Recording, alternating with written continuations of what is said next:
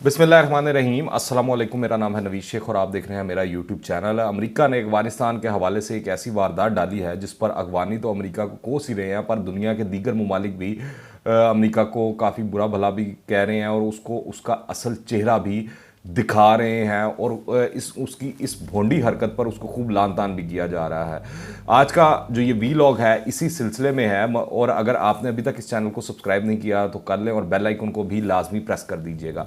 इस वक्त दिखाई यूँ देता है कि अमेरिका समेत मगरबी ममालिक चाहते हैं कि अफगानिस्तान मुसलसल एक केओस की कैफियत में रहे, वहाँ पर अफरा तफरी रहे या वहाँ पर खाना जंगी किसी तरह शुरू हो जाए। हालांकि सूरत हाल ये है कि तालिबान के आने के बाद वहाँ पर मुकम्मल अमन आ गया है। गारंटी मिल चुकी है कि उनकी जो सरजमीन है किसी और मुल्क के खिलाफ नहीं इस्तेमाल होगी। औरतों समेत जितने भी हकूक़ का मगरबी ममालिक से दावा किया जा रहा है, मुतालबा किया जा रहा है, वो वहाँ पर दिए जा रहे हैं, बल्कि मान लिए गए हैं। मगर फिर भी उनके जो पैसे बनते हैं वो जो इमदाद की मद के अंदर अफगानिस्तान को गुज़िश्ता 20 सालों के दौरान मिलते रहे हैं वो दुनिया के दीगर ममालिक से, जिसके अंदर खाली अमेरिका या मगरबी ममालिक ही शामिल नहीं, पूरी दुनिया के ममालिक शामिल हैं, तो वो पैसे अमेरिका दबा के बैठा है और अफगानिस्तान को नहीं दे रहा। और इस वक्त अफगानिस्तान की जो 50% से ज़ायद आबादी है वो भूख और नंग की कैफियत से गुजर रही है।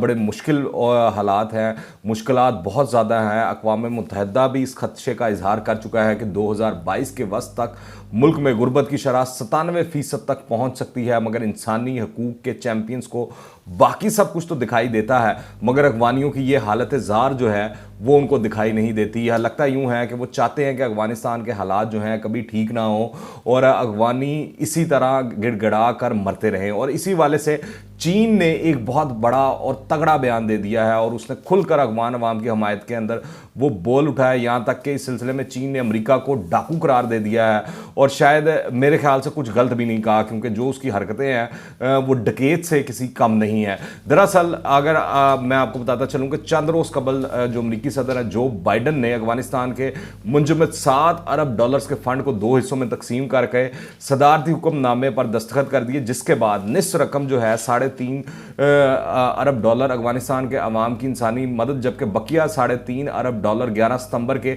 हमलों के मुतासरीन में तकसीम करने के लिए राह हमवार जो है वो हो गई है। और इसी हुक्म के मुताबिक अमरीकी इंतज़ामिया न्यूयॉर्क के फेडरल रिजर्व्स में मुंजमद अफगान असासों तक रसाई हासिल करेगी और इन असासों में $3.5 अरब अफगान अवाम की फलाह और अफगानिस्तान के मुस्तकबिल पर खर्च किए जाएंगे। मगर बाकी मानदा रकम जो है वो खर्च किए जाने जो है, इस हवाले से भी इस कहानी के अंदर एक ट्विस्ट है जो मैं आपको आगे चल के बताता हूँ। फ़िलहाल अमरीकी पस्ती इस सतह पर आ गई है कि कमज़ोरों की अमानतें भी वो हड़प करने लग चुके हैं, क्योंकि ये जो पैसा मुंजमद है वो बुनियादी तौर पर इन पैसों पर मुश्तमिल है जो गुज़िश्ता 2 दहाइयों के दौरान बैनुल अक़वामी सतह पर अफगान अवाम की मदद के लिए अतिया की गई थी।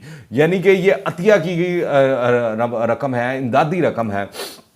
गुज़िश्ता साल अगस्त के महीने में अफगानिस्तान पर तालिबान के कब्जे के बाद बहुत से गैर मुल्की हुकूमतों और बैनुल अक़वामी इदारों ने अफगानिस्तान के मरकज़ी बैंकों के बैरून मुल्क असासों के तकरीबन $10 बिलियन ये बनते हैं, जिसमें से $7 बिलियन अमेरिका के शहर न्यूयॉर्क में है, $2 बिलियन यूरोप में है, $1 बिलियन यूएई में है। तो इसको मुंजमद किया हुआ है और दुनिया ये उसको दे नहीं रही। अगर ये दे दिए जाए अफगानिस्तान को तो अफगानिस्तान के जो हालात हैं, गुर्बत है या उस वक्त वहाँ पर जो माशी भूचाल आया हुआ है वो ख़त्म हो जाए। तालिबान ने बार बार अमेरिका और गैर मुल्की हुकूमतों और इदारों से मुतालबा किया है कि ये फ़ंड जल्द से जल्द जारी किए जाएँ ताकि वो अफगानिस्तान की बदहाल मईशत को सहारा दे सकें और इंसानी बहरान से बच सकें। हकीकत में जो अफगानिस्तान की मानतें चुराई गई हैं इसका कोई भी शहरी हाईजैकर में शामिल नहीं था। अगर आप देखें जितने के जितने लोग शामिल थे वो तमाम के तमाम सऊदी अरब थे और ये 12 के करीब लोग थे। इस वक्त हालत ये हो चुकी है कि अफगानिस्तान के अंदर लोग अपने गुर्दे जो हैं वो बेचने पर मजबूर हो गए हैं। एक एक पूरा जो ख़ानदान है वो अपने गुर्दे बेच रहा है और अगर उससे भी गुजारा नहीं हो रहा तो वो अपने बच्चे बेचने पर मजबूर हो चुके हैं। और ये कोई उस तरह की बात नहीं है हवा में जो की जा रही हो, ये प्रोपेगेंडा किया जा रहा हो। ये वॉइस ऑफ अमेरिका की आयशा तंजीम जो है उनकी अपनी रिपोर्टें हैं जो दुनिया के अंदर चली हैं और दुनिया एक दफ़ा हिल कर रह गई है। मगर अमरीकी इंतज़ामिया और ये जो मगरबी ममालिक के अहदेदार हैं इनके कानों के ऊपर जू नहीं रेंग रही। अमदादी ग्रुप्स और बैनुल अक़वामी एजेंसियों का अंदाज़ा है कि करीब 23 मिलियन अफराद को, जो अफगानिस्तान की निफ्स आबादी बनते हैं, सख्त भूख का सामना, जबकि 9 मिलियन या 90 लाख अफराद कहत साली के किनारे तक पहुंच चुके हैं। हालत ये हो गई है कि लोग खुराक खरीदने के लिए, ज़ाती अशिया बेचने, घर को गर्म रखने के लिए फर्नीचर तक जलाने और यहाँ तक के पैसों के लिए अपने बच्चे तक फरोख्त करने पर मजबूर हो चुके हैं। तो ये सूरत हाल है। पर अमेरिका जो है उन्हीं के पैसे, उन्हीं के इमदादी फंड्स जो हैं वो हड़प करके बैठा हुआ है, उसको ऊपर पकड़ के बैठा हुआ है। फिर तालिबान के इक़्तिदार संभालने से कबल ही ज़्यादातर अफगान हुकूमती एहलकारों को 2 माह से कबल जो है वो तनख्वाह नहीं मिली थी। इसके बाद से करीब 20 मिलियन आबादी जो है वो अपनी नौकरियां खो चुके हैं, जिनमें ख़वातीन की एक बहुत बड़ी तादाद शामिल है। दूसरी तरफ मुल्क से बाहर मौजूद अफगानों को वतन में अपने रिश्तेदारों को रकूम भेजने में भी मुश्किलात का सामना। इसकी वजह एक ये है कि बैंकों की तरफ से अफगानिस्तान के साथ कारोबार में हिचकिचाहट की जा रही है कि कहीं उनके ऊपर पाबंदियां ना लग जाएं। तो ये आलमी पाबंदियों की वजह से भी अफगानिस्तान के अंदर कोई ना जा रहा है, इन्वेस्टमेंट कर रहा है, ना कारोबार उस तरह बढ़ रहा है। और जो अफगानी बाहर बैरून मुल्क भी बैठे हुए हैं और वो अपना पैसा अफगानिस्तान भेजना चाहते हैं, वो भी नहीं भेज पा रहे लीगल तरीके से। सच ये है कि 9/11 के सबसे ज़्यादा मुतासरीन अगर आप देखें तो अफगानिस्तान के अंदर रहते हैं, और अगर वो हर्जाना वसूल करने के काबिल होते तो आज हर अमरीकी अपने बच्चे ज़रूर बेच रहा होता, अफगानी ना बेच रहे होते। हकायक ये है कि 9 सितंबर हाईजैकिंग में जिन अफराद ने बराह रास्त हिस्सा लिया या बिलवास्ता मदद की, इनमें से जो 15 लोग थे उनका ताल्लुक सऊदी अरब से था। और सऊदी अरब के बारे में सारे जानते हैं कि वो उनकी कंपनियां जो हैं अमेरिका के अंदर भी हैं, और सऊदी अरब ने अमेरिका के अंदर अरबों डॉलर की सरमायाकारी की हुई है। इस पर सवाल तो बनता है कि अगर मुतासरीन को हर्जाना ही दिलवाना था तो सबसे मौजूद मुल्क तो फिर सऊदी अरब बनता था, जिसके शहरी इस तमाम कार्रवाई और मामले के अंदर मुलव्वस थे।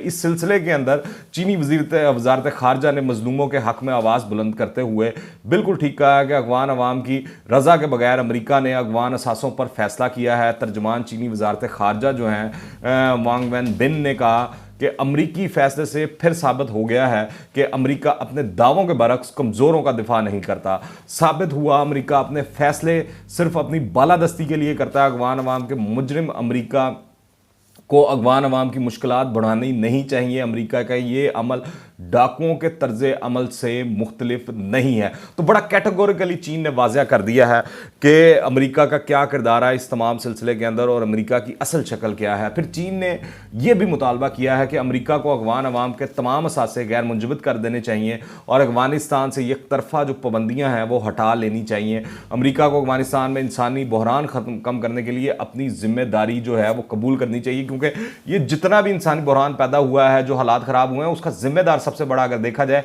तो वो अमेरिका है।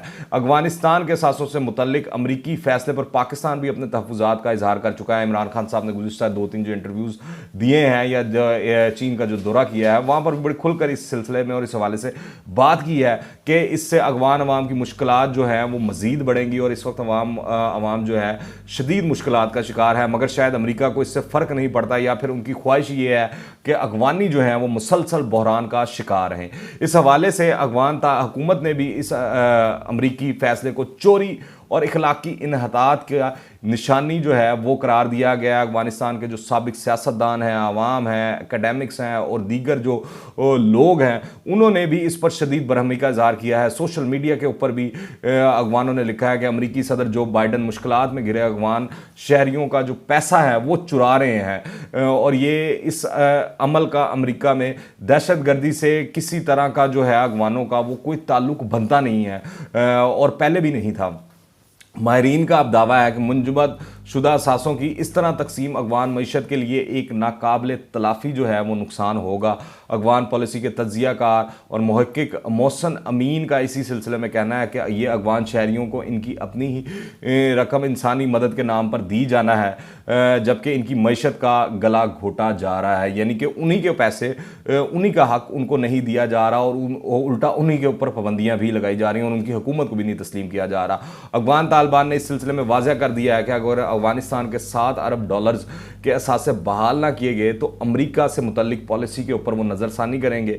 माजी में भी तालिबान ने तनबीह की थी कि अफगानिस्तान के मुंजमद फंड्स को वापस ना करना मसाइल का बायस बन सकता है। ताहम अमरीकी हुकूमत ने ना तो अब तक तालिबान की हुकूमत को तस्लीम किया है और ना ही तालिबान और उनके सीनियर रहनुमाओं पर लगी पाबंदियों का खात्मा किया है, जो कि मुआहदे का हिस्सा था। अमरीका मुआहदा करके ये निकला है और ये सारी चीज़ें लिखी पड़ी हैं। और फिर जो अलकायदा की को महफूज पनागाह फराम करने के तनाजुर में जो है पाबंदियाँ लगाई गई हैं, उनको भी नहीं हटाया गया है। इन्हीं पाबंदियों के सबब ये एहसास पैदा हुआ है कि अफगानिस्तान में रकूम मुंतकिल करना या इससे कारोबार करने से मुश्किल पेश आ सकती है। इसी हवाले से इमदादी ग्रुप्स और दीगर बड़े इदारे अमरीकी हुकूमत और अमरीकी महकमा ख़जाना से मुतालबा कर रहे हैं कि वो ये क्लियर करें कारोबारी लोगों को और हुकूमतों को कि ऐसा कोई मामला नहीं है, आप उनके साथ कारोबार भी करें, इन्वेस्टमेंट भी वहाँ पर करें, क्योंकि उनको उनकी ज़रूरत है। अगर आप इसी तरह किसी भी मुल्क को कॉर्नर नहीं कर सकते, और क्योंकि वहाँ पर अगर कारोबार नहीं होगा तो इन्वेस्टमेंट नहीं होगी, तो उसके बड़े ही बुरे नतायज का सामना अफगानियों को करना पड़ेगा। फिर ये भी बहुत बड़ी दो नंबरी है अमेरिका की जानिब से, क्योंकि 9 सितंबर को मुतासरीन को पैसा देने के बावजूद भी वो आधा पैसा हड़प करने के चक्कर के अंदर है, क्योंकि मुतवक्का अदालती फैसले में अगर $3.5 अरब अफगान अवाम को देने की मंजूरी दी जाती है तो भी $3.5 अरब अमेरिका में ही रहेंगे और दहशतगर्दी के मुतासरा अमरीकी शहरियों के हवाले से दावों से मशरूत रहेंगे। इस हवाले से अमेरिका ने कहा है कि इस हुक्मनामे से अफगान अवाम तक ये पैसा पहुंचाने की राह हमवार की गई है और इस बात को यकीनी बनाने की कोशिश की गई है कि ये तालिबान के हाथ ना लगे।